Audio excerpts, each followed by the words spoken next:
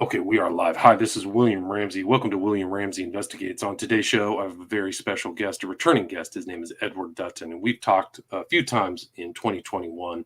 Back in August, we talked about his book, Witches, Feminism, and the Fall of the West. Really a fascinating book. Very well received. A lot of talk about that book amongst people who listen to my show. And then in November, we covered another of his books, At Our Wits' End, Why We're Becoming Less Intelligent and What It Means for the Future. But today we're going to talk about a book I found very interesting and enjoyed reading. Title of the book is Churchill's Headmaster, the Sadist Who Nearly Saved the British Empire. And this was originally published 4 years ago, but it goes into detail about a certain part of kind of UK or British scholastic culture, and it deals with kind of Churchill's rise and also the kind of myth that surrounds Winston Churchill. But Professor Edward Dutton has a website, which is his full name, edwarddutton.com. And he also runs The Jolly Heretic. And if you want a list of his books, you can listen to some of my other two earlier interviews where I list out some of his titles. But anyway, so Edward Dutton, welcome to the show. Thanks for returning. Thank you for having me on. Is this now my third time? Third, correct. So I'm becoming a regular on William Ramsey Investigates. So, well, yes, I'm delighted. Enjoying the books. Good, yeah, I have. It's a different angle. Definitely, The Witches' Feminism was really fascinating, but this one too also kind of moves against this kind of norm that Churchill is some kind of lion who was really, a crucial figure of winning World War II. And you go in more detail kind of about his background, but can you talk about how you kind of conceptualized this book and why you wrote it? Well, I guess what sparked it off was reading. Churchill is very much lionized in Britain, or at least he was until relatively recently. And in the early 2000s, we had this thing called the Greatest Britain, where we had to vote for who was the greatest person in British history. And most countries had one, and they all voted for the founder of the modern nation. And in our case, it was Churchill. So he was considered to be the greatest Briton. And if you go to any bookshop, you just find biography after biography after biography of Churchill, and they all rehash the same stuff without going back to the primary sources. Just without citing where they've got the ideas from, and you just get this process of exaggeration, or this sort of cult of Churchill, whereby Churchill is brilliant and fantastic and a saint, and anybody that was opposed to Churchill, anybody that was an appeaser, for example, in the run-up to World War II, is just a vile, evil person. Basically, is the devil in the Churchill church. And so I read a number of more critical biographies of Winston Churchill by people. Chalmers is one, and there's various others I cite in the book. And this got me thinking, well, what else? If this is not true, actually, it turns out there's many, many bad things about Winston Churchill. Winston Churchill was an alcoholic. Winston Churchill was a bully. Winston Churchill was a liar. Winston Churchill exaggerated things. Winston Churchill was a narcissist. Winston Churchill was a warmonger. Winston Churchill, all these kinds of negative, and took us, these books argue, into a completely unnecessary war. So if that's the case, what else, based on corruption and because he needed money? And so if this is the case, I got thinking, well, what else about the Churchill myth? Well, one thing I knew about Churchill that I'd always heard is that he had this evil, sadistic headmaster when he was at prep school, which is we have this problem in this interview that you have your words in America mean different things from what our words mean. So we can look in a minute what that means. But prep school was a school that kind of upper class children would go to a boarding school between the ages of about 7 and 12. And this prep school that he was at, St. George's, Ascot, was run by this so-called, I quote, a particular biography of Churchill by a woman called Anna Seber. It's one of those biographies that doesn't cite primary sources and just doesn't cite anything and just tells you a story. The headmaster was a perverted sadist who took sexual pleasure in beating boys on their bare bottoms with birches until explosions of excreta dotted his study wall, and then took further pleasure in cleaning the excreta off the wall. That's what he was. I thought, well, maybe that's not true.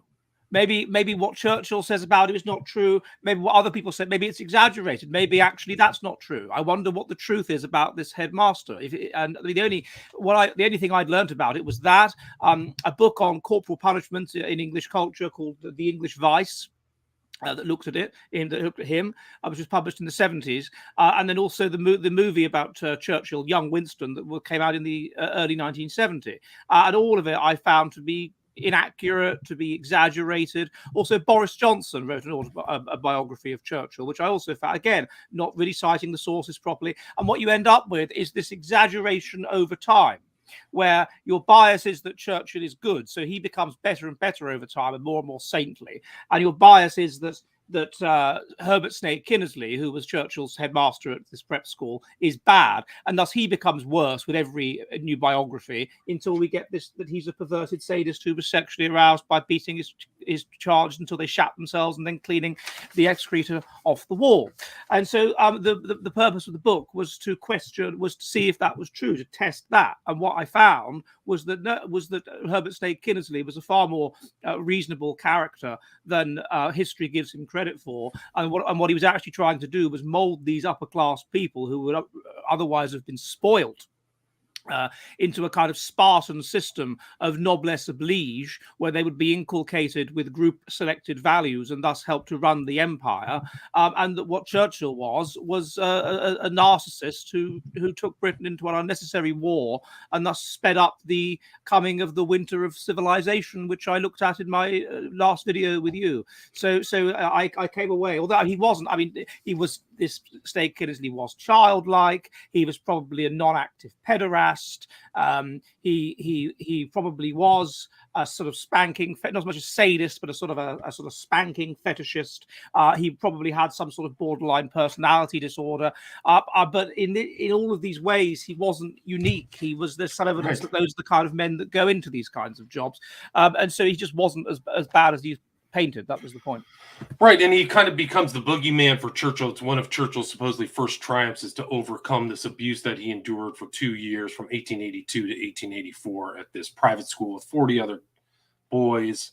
And it, supposedly is a sign of his development of character, when it might have been that his character was what caused this stuff. But can you talk about Snake Kinnersley, his background, and kind of Herbert Snake Kinnersley was born in 1848 in Uttoxeter, which is in the English Midlands, into a gentry family. The gentry has kind of died out now, but it was the kind of lower nobility, the untitled nobility. People would have titles like Esquire and Gentleman and things like that. Yes, a non-active pederast, Oswald Spengler, a person that fancied children but didn't actually bugger them. Interestingly, I found that his deputy headmaster did do that.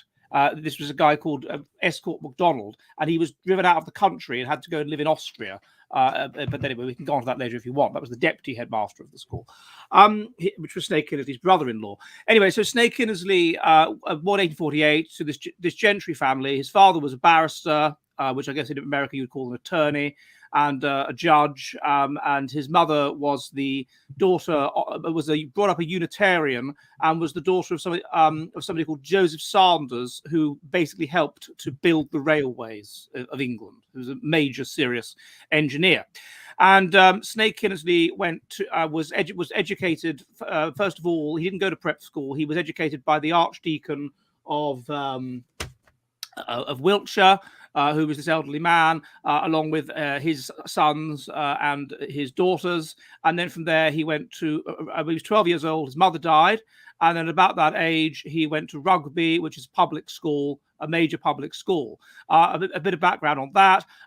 You had a system in England at the time where obviously there was no state education, there was no free education. So all education had to be paid for up front.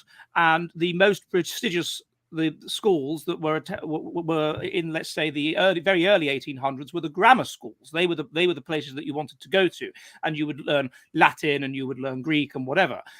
The so-called public schools, which were more expensive and tended to be attended by the upper class, were at that stage not particularly academically good. And they would have riots that the soldiers had to become involved with, and there was poor discipline, and there was violence, and there was whatever. And the public schools were reformed round about 1840 by this reforming headmaster of Rugby called Thomas Arnold. and they were reformed into this very strict system based. They were all classicists into Greek culture and whatever, and they very much liked Plato, and Plato very much liked the Spartans. And the Spartans had this idea that the upper class shouldn't know their parents. The upper class should be taken away from the tribe at a relatively young age. They should be sort of brutal, so that they don't become decadent because they're rich and whatever.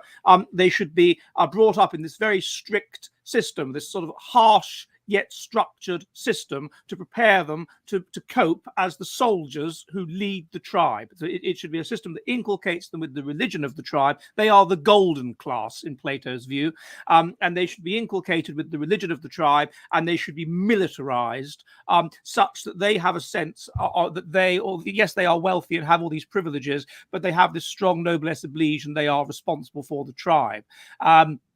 And this should be done through systems of beating, basically, and physical punishment and all of this sort of thing.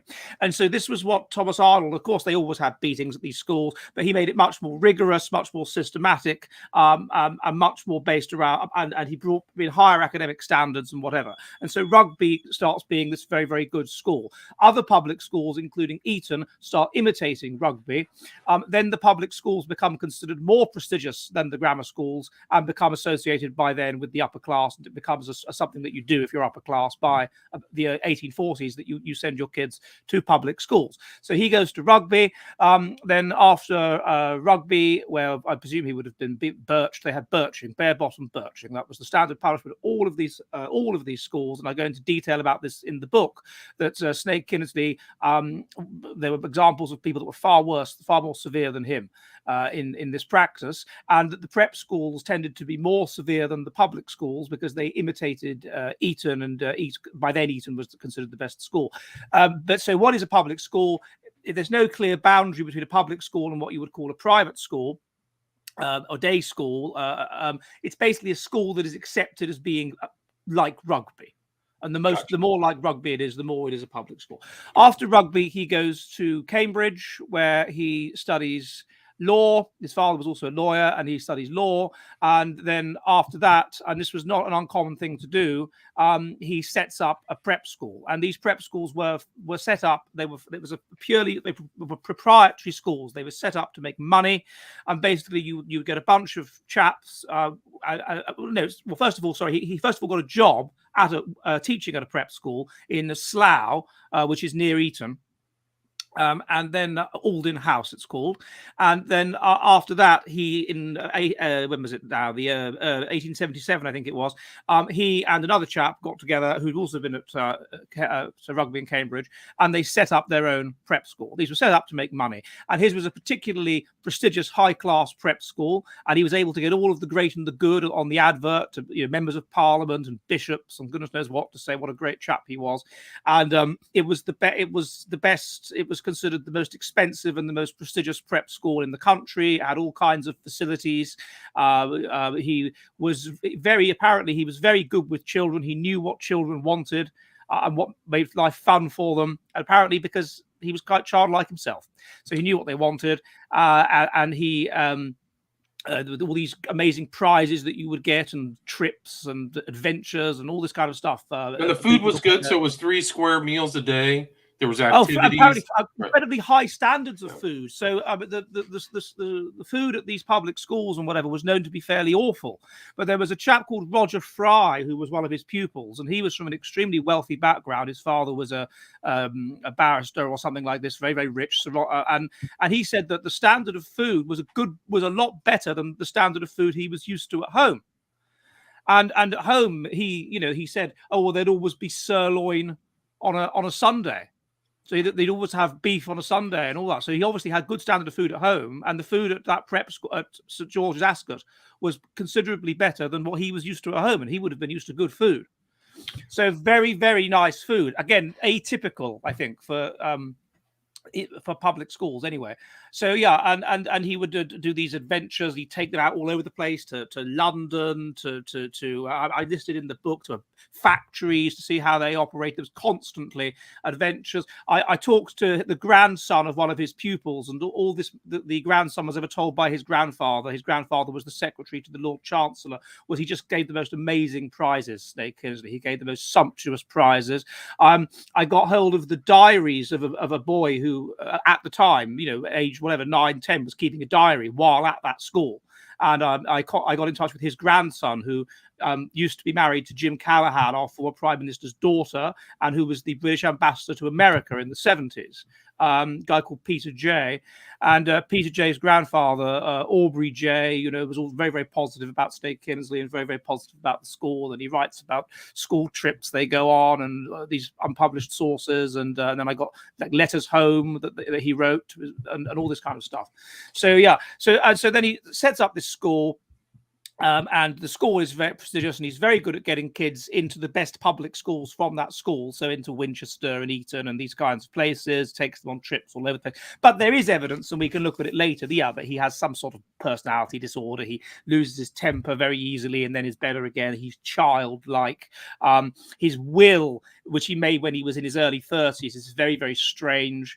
He doesn't leave much money to people. He's very much an aesthete, and he has all of these things, paintings and pictures and jewelry, and he leaves them to individual pupils of his. It's almost as if certain pupils are his friends. So he's kind of, that's why I say that I think he was a person who had a kind of arrested development. And there's some psychiatry books that I cite in the book, which this is not uncommon. People may say this is warped, but what kind of red-blooded man wants to work with other people's kids? Right, young kids. So they're starting very young, 8 years old to 12, and apparently he was more interested in and more fond of the older ones. And this would be completely consistent with what we know of these pedophiles, basically, that they have a fetish, which is that they're attracted to children, and this seems to happen because they get kind of psychologically trapped at a certain age, and they're mainly homosexual. Well, they're 40% of them are homosexual, and I suspect he was a non-active pederast. And one of his pupils, actually, a guy called Kessler, comments that in his memoirs that Snake Kingsley was inspiring, rather like Plato, and rather like Plato was, probably a nonce. Right, and that was it. So they're starting off very early with Latin and Greek too, right? Yeah. So they were sent away from school. I think Churchill was just under the age of 8. And but normally 8, and they would stay there until about 12, 13. Then they would go to the public school, i.e. the very prestigious private school, or they would stay there a bit longer, and then they would go to either naval college. And so anyway, so Snake Kingsley did that. He was headmaster of this school from 1877 to 1886. He went through a number of members of staff, all of which I tracked down information on and whatever while he was there. Themselves, often they were clergymen as well. Snake Kingsley was eventually ordained, and almost all of the staff were ordained. The only exception was Churchill's tutor, who was a guy called, well, I think he was one of the exceptions, who was called Cook, Herbert Martin Cook, and he actually he was one of the only ones that hadn't been to university. But I don't know how Snake Kingsley got in touch with him. Snake Kingsley was very religious. He was a high Anglo-Catholic and a Tory, and he used to do things like take the children out campaigning. There was a by-election in Windsor, which is just next to Ascot, and he took the children to campaign in the election, and then the children in the school that declared themselves liberal, therefore because he was Tory, you see, conservative, they had to just stay back at the school and work. Right. And he's portrayed as being just this evil, humorless, sadistic snob that is turned on by birching boys' bare bottoms. But it is maybe elements of this, but I found there was a lot more to it. Even Roger Frye, who was one of his greatest critics, one of his pupils, was forced to say that he thought he was kind-hearted on the whole. So we can go through what his pupils said, if you like. But I think it's in direct contradiction to the mythos of Churchill, right? That but anyway, carrying on with his life, he married, never had any children, and died of a heart attack, aged 38. Yeah, very. And of syncopic heart, so low blood pressure. which brings on heart disease and early death. And then the school was taken over by this his deputy headmaster, which was somebody called Escort MacDonald, who was also his brother-in-law. And then Escort MacDonald sold the school and went and taught at a school near Winchester, which is in the southwest. And that was his short life. But what we have from Churchill. So Churchill said that it was an awful place, and that the beatings that were administered there were worse than anything that took place at Eton, Rugby, or Reform School. Reform School under the Home Office being these schools where you take badly behaved pupils and whatever, like prison. And I looked into that, and I found out that that's not true. That's just not accurate. They weren't worse. They were far more lenient than the beatings that took place at Eton, Rugby, and certainly at Reform School. Eton, I think you said they would take people in the center square so that their screams would reverberate. Well, that was slightly earlier than Churchill's generation. That would have been more Snake Kinnersley's generation. But yes, that's right. They were earlier on in the history of the school. But I mean, that was still kind of a rough age. I mean, spanking your kids and things like that. Oh yeah, that's one thing that's got to be borne in mind. This is an extremely violent society. So it's like in America when they present these scenes in films of slaves being whipped as if it's some incredible thing. Everybody was whipped. Servants were whipped. In England, it was legal for a master to beat his servant until the 1860s. It was legal for a husband to beat his wife until the 1870s. Right? Isn't that where the rule of thumb comes from? Yes, exactly. Well, it probably doesn't, but that's where it supposedly comes from. Right. It was legal. Birching was a judicial punishment in England until 1948, and it was a punishment in prisons until 1968. So this is a context of an extremely violent society. And I give many examples of this, of beatings that took place that far outdid anything that Snake Kinnersley was accused of. Roger Frye was the head boy of the school for most of his time there because he did the best in terms of his grades. And if you were beaten, then him and the deputy head boy would take you to the headmaster and hold you down while you were beaten. And he said that it would be about 15 strokes. And that may itself be an exaggeration because people do tend to exaggerate numbers in these kinds of contexts. But certainly we have records that at the reform schools that would be sort of 20 strokes, something like that. So it's completely untrue what Churchill said. And he'd have known that because he was Home Secretary. He was the person that was in charge of the reform schools.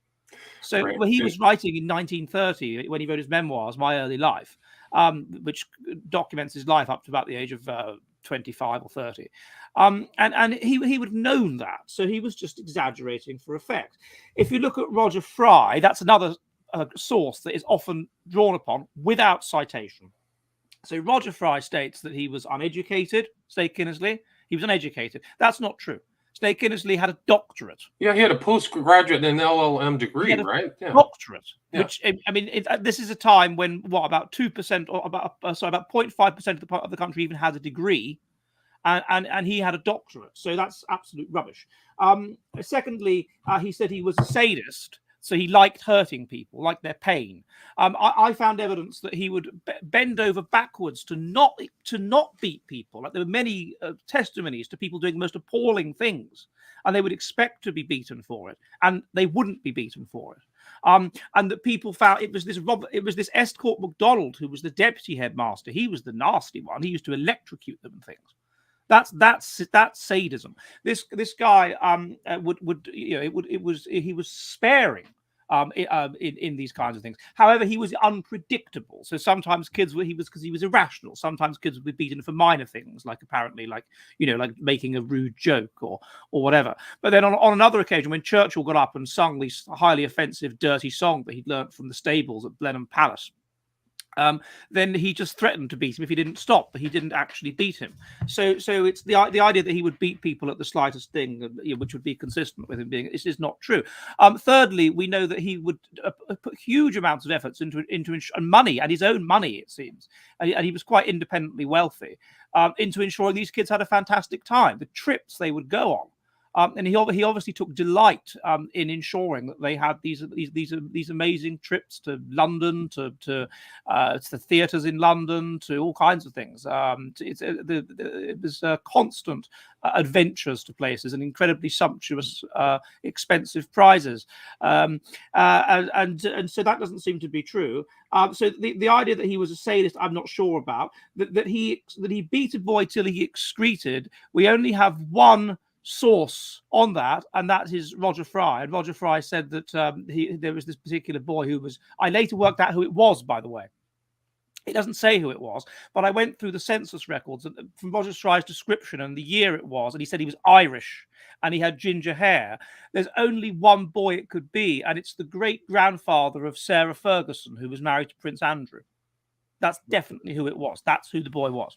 Right, but that whole story got morphed and became that story got exaggerated over time, and I found that there were other cases of it because they were always beaten on the bare arse. Because if you look at the evolution of this punishment, which I also look at in the book, like where has it come from in evolutionary terms? It is that the person adopts basically it comes from monkeys. So when monkeys get in a fight and one of them wants to avoid the other one killing them, he will adopt the sexual submission position, the position of humiliation, and this will alleviate the tension and end the fight. And you get this in all cultures. This system of spanking in all known advanced cultures, in East Asia and Asia, and whatever. Not so much among tribal cultures, but you do.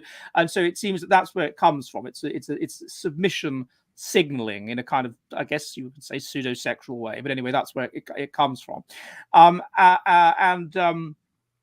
There were other cases of beatings that were far more severe than anything he meted out, including children beaten until they urinated or shat themselves or whatever.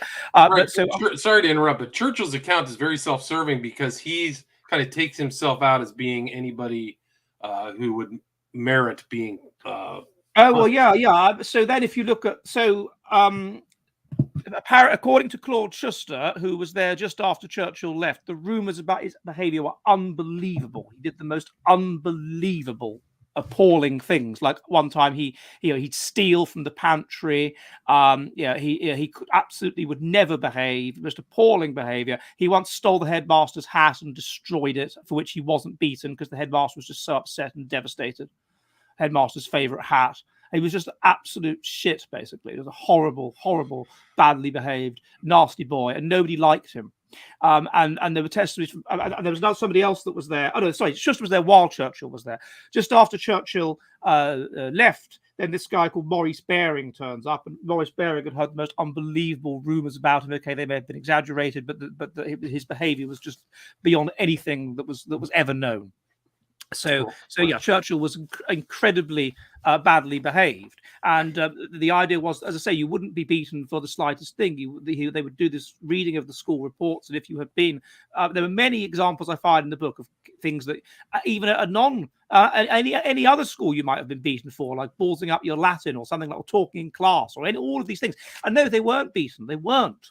They were only beaten for very, very, for what was considered by the standards of the time, very serious misbehaviour, which swearing and whatever and bawdy behaviour was, and for just generally being incredibly badly behaved. And so I go through the the testimonies. Roger Frye was never beaten. Maurice Baring was never beaten. Aubrey J was never beaten. So you had to do something in order to. There was a guy called Edmund Backhouse who was, and Edmund Backhouse, as a sinologist, was later revealed by Hugh Trevor Roper to be just a pathological liar. And he gives an interesting testimony, which can be provably wrong, provably nonsense. But the allegation is, Edward, that there was like daily floggings, like it was a torture chamber. No, that's the way it's done. It's totally inaccurate. So Kessler, this Kessler guy, he admitted that there was beating, bare-bottom beating, but that was the case with all of these prep schools, and that you had to be really, really, really bad. And if you were, then you would be beaten until blood was drawn, essentially. But you had to be really, really, really, really bad. It never happened to him. But you'd have to be do something incredibly bad under the system of the time. For example, the school had electricity. It was the first school in the country to have electricity. and you weren't allowed to switch the lights on and off. And the boy did that, and so he was flogged. But the rule was clear that if you did that, you would be flogged. So he knew that was the rule, and he did. Aubrey J, like Kessler, said he was this inspiring teacher. He was this brilliant teacher, and that when Churchill's memoir was published, saying implying how awful Snake Kinnersley was, he wrote to his. Well, he said it was his wife, but it couldn't have been his wife because his wife was dead by then. It must have been his sister-in-law. He wrote to saying that's not true. You know, we all thought he was great.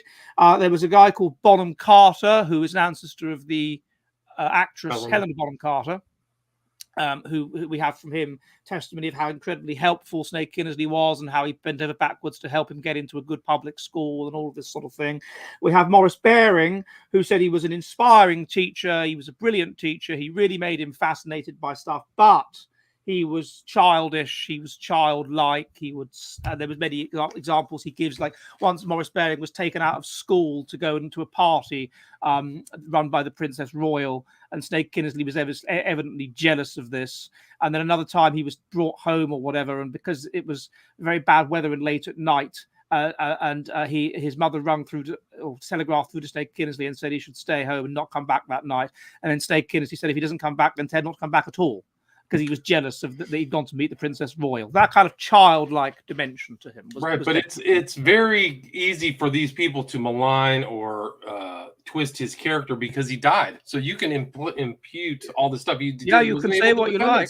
Another thing I have with Churchill is a source that was Churchill's cousin. So this is Sir Shane Leslie. Obviously, with these aristocrats, a lot of them are quite prominent, quite eminent. They're members of Parliament or peers of the realm or Churchill's whatever. dad was they've all written memoirs, and you can get hold of these memoirs. So here's, for example, here's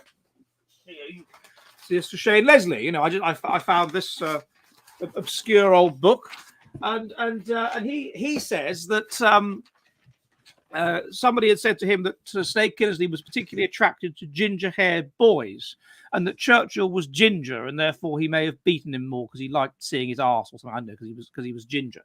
The only source for this is apparently somebody called Arbuthnot. So it's not a particularly good source. We don't know who the person is. It's an unknown source for the ginger thing. And then the other thing that Leslie says, and it must have been Churchill that told him this, and he admits that Churchill used to tell him tall tales, is that after he left when he was at military academy in Sandhurst, which is quite near to this school, he went there and confronted the headmaster. He was going to go there and beat him up, and then discovered that he died, and that seems to be absolute. That's nonsense, because he discovered it was under new management, and I worked out that couldn't possibly be. That couldn't possibly have. That never happened. Yeah, you mentioned that Churchill knew somebody who had to have known that Snake Kinnersley. Yeah, he knew. He must have known he was dead, because he was with somebody who when he was in India, who had been with had been at that school when he died, when the headmaster died. So yeah, he must have known he was dead. It seems unlikely he didn't know he was dead. But anyway, he said he went there and found that the school, the guy had died, and the school was under new management. And I found that the years weren't consistent with that. The school, it's all mixed up. I can't remember exactly what I wrote, because unfortunately I wrote. This is very important, because it kind of dissipates the mythos of Churchill and the self-serving stories that he told about himself in his past, and really created kind of this kind of historiography that morphed away, and told these lies. Like you mentioned in your book, all these other authors who continued this kind of story about, Churchill being abused, that Snake Kinnersley, this one woman she wrote, I quoted, he loved cleaning up the excreta left on the walls. Like, that's such a stretch. I mean, yeah, it's absolute. It's not. It's literally. I mean, there is the source that says anything remotely close to that is this Roger Frye, and that's not what he says. And another thing Roger Frye says is that he must have been, in his view, perhaps turned on by beating kids, because if not, then he would have stopped beating it immediately and left it to a more suitable time. But then one thing that is admitted by Roger Frye himself, which was censored from his posthumously published memoirs that were censored by Virginia Woolf, is that he came back once from being the head boy at a particular beating with an erection. So it was Roger Frye himself that was sexually aroused by boys being beaten, and he was perhaps projecting this onto Snake Kinnersley. Or I mean, well, I don't know. I think Snake Kinnersley may have been aroused by it in some way, but it was Roger Frye was certainly aroused by it himself, and he admits this. I'm just trying to find where it was about Churchill going back to the school. I can't what the detail was, but anyway, yeah, it was. Yeah, I remember that part in your book. But also, it's kind of, you put Churchill on kind of the psychopathic spectrum, like all of his personality traits kind of were established young, and if you had look a main impact upon. If you look at the detail about the nature of Churchill, he is a highly impulsive, narcissistic kind of boy. He takes incredible risks even when he's young, to the extent of knocking himself out while jumping over a wall.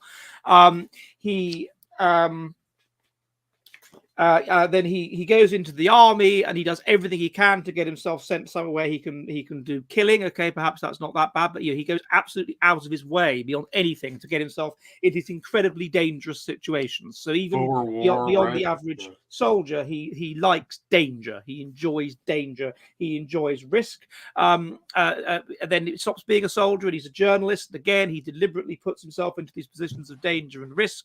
And in his memoirs, he talks about his time in South Africa, where he tells clear lies and exaggerations and things like that. It's all sort of a merry tale. Then we go into World War One. He's an absolute hawk in World War One, takes incredible risks on people's lives, particularly Gallipoli, involving lots of people being completely unnecessary. Total disaster. Yeah, complete disaster.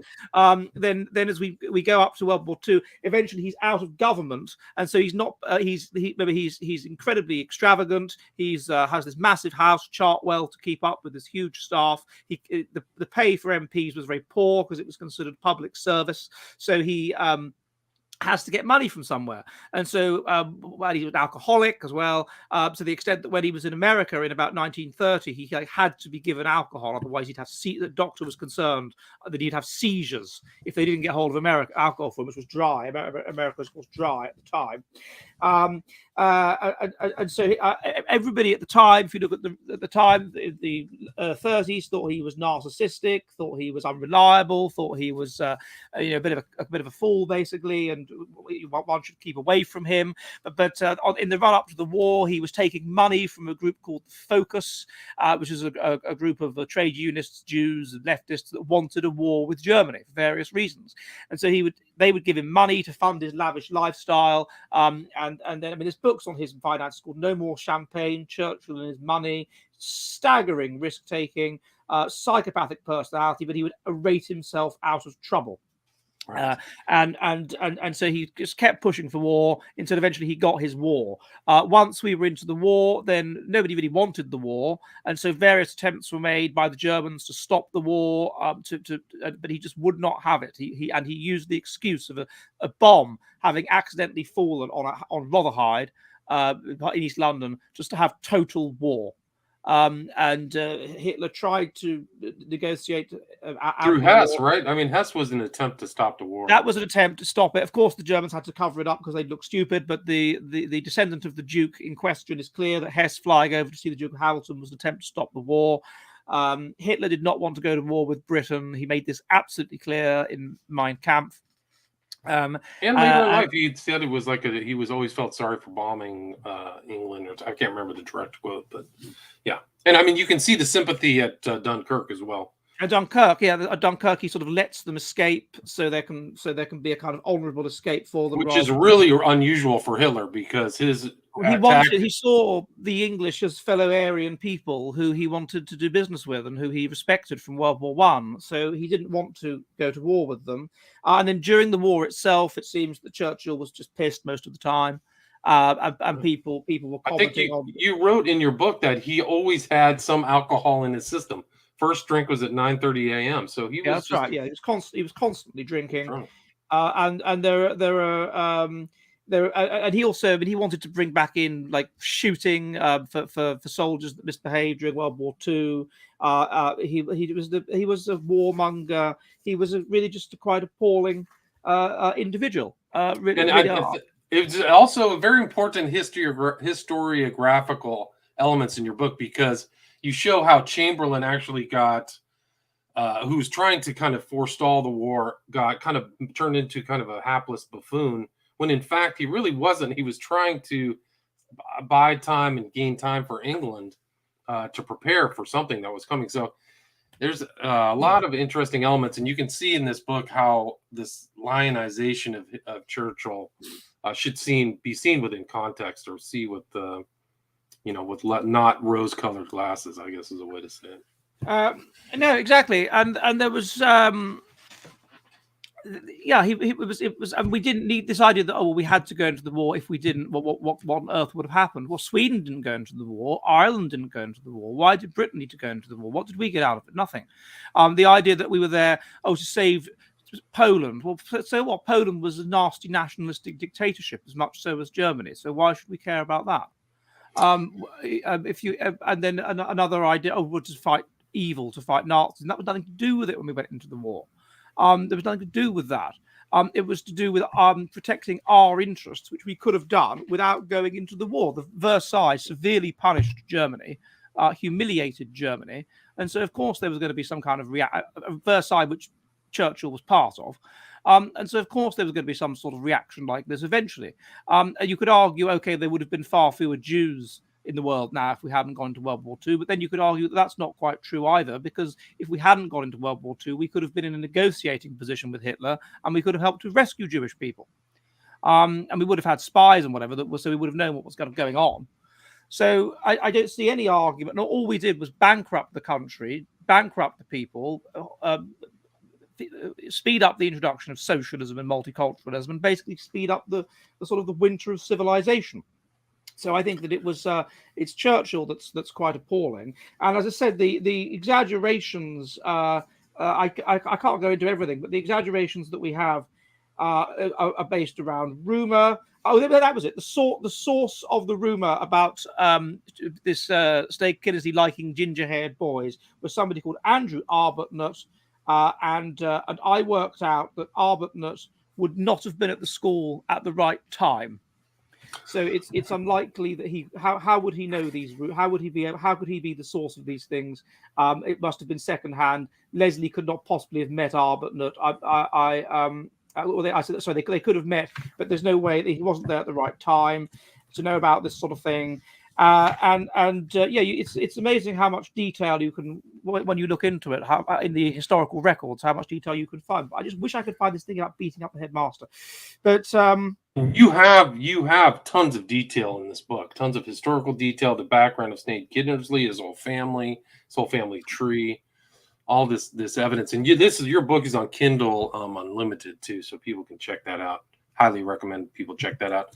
I mean, is there anything you'd like to add? I mean, we're at about 42 minutes. Anything I missed before we wrap it up? Well, the only point I was going to make as well was that was interesting looking into it was, I mean, how abusive this system was until really quite recently. So, for example, there was a guy called who was headmaster of Eton called Anthony Chenevix Trench. He lived 1919 to 1979, and he would. There was a guy who's now a journalist called Nick Fraser who talks about him age 18 beating him on his bare bottom and then patting his bottom and crying and saying that he's a pederast. He's the headmaster of Eton. Wow. So I'm afraid it does attract a lot of sort of perverted people, and I get the impression that Snake Kinnersley was rather less perverted than quite a lot of the people that got involved. Right. I mean, it's the whole culture, the whole systemic culture. Who's going to want to do that? Yeah, exactly. Anyway, really great discussion. Where's the best place to get Churchill's Headmaster? Is it Amazon? Well, you can buy it from Amazon, or you can buy it from, if you don't want to support Amazon, you can buy it from any bookshop pretty much in the world, or you can buy it, if you're in Australia particularly, you can buy it from the publishers, Manticore Publishing, which is based in Melbourne. But you can, if you don't want to support, a lot of people don't want to support Amazon. If that's the case, you can buy it through anywhere in the world, any bookshop. Okay, and then let's publish. You have a book coming up in 2022. Here's the website for it. you want to talk a little bit about this? Well, so we talked when I was last on your show about at our wits' end, which is how we're becoming less intelligent. And this book is, I guess, the sort of the successor to that book. It's the sort of sequel. Basically, it takes big data. It takes the data we have from America on who's breeding and whatever, and it looks at how this process, whereby since the 1960s you have had the rise of a new religion of equality and feelings, and it looks at and how since the 1800 you've had weakened selection pressure, and the result of that is all of these mutation leading to a society becoming more and more individualistic. You then have runaway individualism, which pushes everybody in an individualistic direction. Basically, in the end, tells you shouldn't have children and whatever, and makes everyone despondent and depressed and unhappy. And those that resist this and still have children are those that are stupid, and those that are just genetically resistant because they're religious or conservative. And so what's bubbling beneath the surface of this move ever leftwards is a growing population of people that are, either because they are low IQ or just because they are just congenitally so, right-wing and religious, and therefore and they are having children. And so what's going to basically happen is this world will pass away, it will collapse. There'll be a huge collapse back into terrible conditions, and we predict that the more intelligent people and the more conservative, if you control for breeding in terms of intelligence, you get conservatism. So that intelligent conservatives, it seems to us, are likely to escape this chaos and keep civilization alive in kind of neo-Byzantiums. The left of today don't breed, so they'll just die out, and then these neo-Byzantiums will be surrounded by basically third world, whether white or black, third world chaos, and that will be the collapse of the new collapse of civilization. But we think it might be a much worse collapse than was the Roman collapse. Wow. I mean, yeah, that'll be something else. Total Mad Max craziness. Well, I can perhaps come and talk about that on here when it comes out. Would love to. I'd love to have you back. That will be summer next year. Yeah, that'd be great. Again, the title of this book is Churchill's Headmaster, the Sadist Who Nearly Saved the British Empire. Edward Dutton's website is his full name, edwarddutton.com. Also, the Jolly Heretic is his broadcast. And best place to contact you is through your website. Is that correct? Yeah, my email address is on my website. So if you want to contact me, they can do it through there. I'm also on Twitter at Jolly Heretic. At Jolly Heretic. Awesome. Well, thanks so much for your time, Edward Dutton. Pleasure. Thank you. Bye-bye. Bye-bye. All right, stay there.